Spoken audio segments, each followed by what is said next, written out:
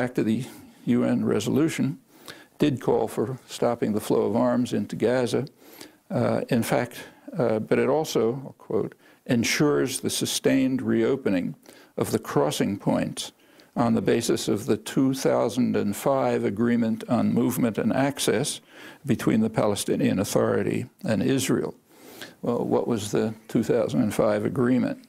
That determined that the crossings to Gaza would be operated on a continuous basis, that is, never closed, and that Israel would also allow the crossing of goods between Gaza and the West Bank, the two parts of Palestine.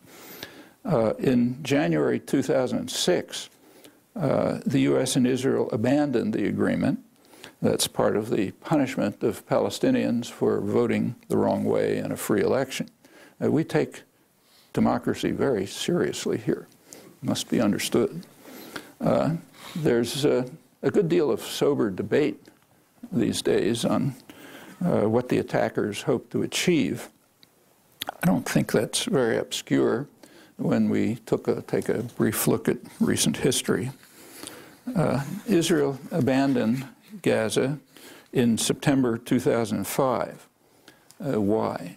Well, rational Israeli hardliners, like Ariel Sharon, as the patron saint of the settler movement, understood that it was senseless to subsidize a few thousand settlers to live illegally, of course, in the ruins of Gaza, protected by a large part of the IDF, the Israeli army, while they took over, used much of the land and the scarce resources of the territory, including its water. It made much more sense to turn Gaza into what's properly been called the world's largest prison, and let the people just rot, and to transfer the settlers to the West Bank, which is much more valuable territory, and they can be subsidized illegally to live there. A couple other places. Israel's quite explicit in its intentions about the West Bank in word and in deed. The goal is clearly to, and they say it, to annex the arable land, that's the water supplies, the pleasant suburbs of Jerusalem and Tel Aviv, all of those that lie within what they call the separation wall and annexation wall. It was declared illegal by the World Court, the U.S. justice agreeing, but of course that's again irrelevant in outlaw states. The territory to be annexed includes a vastly expanded Jerusalem. That's in violation of Security Council orders that go back 40 years. In addition, Israel will take over, and in fact has been taking over, the Jordan Valley. It's about a third of the West Bank that imprisons what's left. The part that's imprisoned is broken into fragments by settled salients, two major salients that basically trisect the territory, and many other settlements, and hundreds of mostly arbitrary checkpoints, which are designed to make life impossible for the two-headed beasts who may remain and will be like drugged roaches scurrying around in a bottle. I'm quoting the highest Israeli political and military leaders, in this case the revered princes, as they're called. The owners of the land may grant the drugged roaches a few scattered parcels, but that's out of goodwill, not by right. Prime Minister Olmert, as you may recall, addressed a joint session of Congress in May 2006, and to rousing applause and a standing ovation, he said, "I believed and to this day still believe in our people's eternal and historic right to this entire land." The entire land includes at least everything from the Jordan to the sea, and given his background, it may include Jordan as well, to which his party laid claim.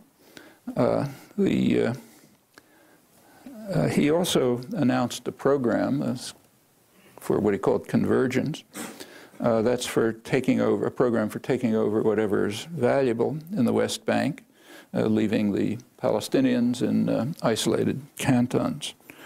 Such plans are not new, maybe the details are, but they trace back to the earliest days of the occupation, a few days after the end of the war. Defense Minister Moshe Dayan, who among the Israeli leadership is perhaps the most sympathetic to the Palestinian plight, he explained poetically that the situation today resembles the complex relationship between a Bedouin man and a girl he kidnaps against her will. You Palestinians, as a nation, don't want us today, but we'll change your attitude by forcing our presence on you. You will live like dogs, and whoever will leave, and meanwhile we'll take what we want. That's 1967. At the very moment, there was no doubt that these announced policies were criminal. Immediately after the 1967 war, the Israeli government was informed by its highest legal authority, Theodor Meron, well-known international figure in international law. They were informed that civilian settlement in the administered territories, which is what they call them, contravenes the explicit provisions of the Fourth Geneva Convention. That's a serious crime, and it's incumbent on all of the high contracting parties, the parties that signed the Geneva Convention. It's incumbent on them to act to prevent such crimes. Of course, they don't do it. The United States not only doesn't do it, but abets the crimes. But again, in an outlaw state, that's an irrelevance, so there's no discussion of it. That's Theodor Meron. He was supported by Israel's justice minister, concurred in his judgment, and the World Court unanimously endorsed that conclusion in its decision in 2004 on the annexation wall. Meanwhile, the Israeli High Court formally agreed with the World Court while disagreeing in its usual convoluted style, if you look at the judgments. In the West Bank, Israel can pursue its criminal programs with U.S. support and with no disturbance. That's thanks to its effective military control, and by now also the cooperation of the collaborationist Palestinian security forces that have been armed and trained by the United States and its allies. It can also carry out regular assassinations and other crimes while the settlers rampage under IDF protection. But while the West Bank has been effectively subdued by terror, there still is resistance in the other half of Palestine, the Gaza Strip. That too has to be quelled for the U.S.-Israeli programs of annexation and destruction of Palestinians to proceed, hence the invasion of Gaza. The timing of the invasion was presumably influenced by the coming Israeli elections.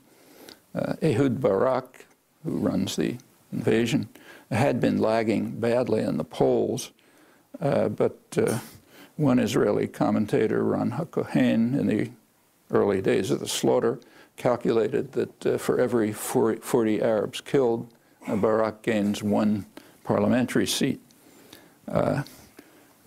However, the reasons lie much deeper than winning an election. I think the reasons are those that I mentioned. And they're really on the surface. It doesn't take much insight to perceive them. Well, aggression always has a pretext.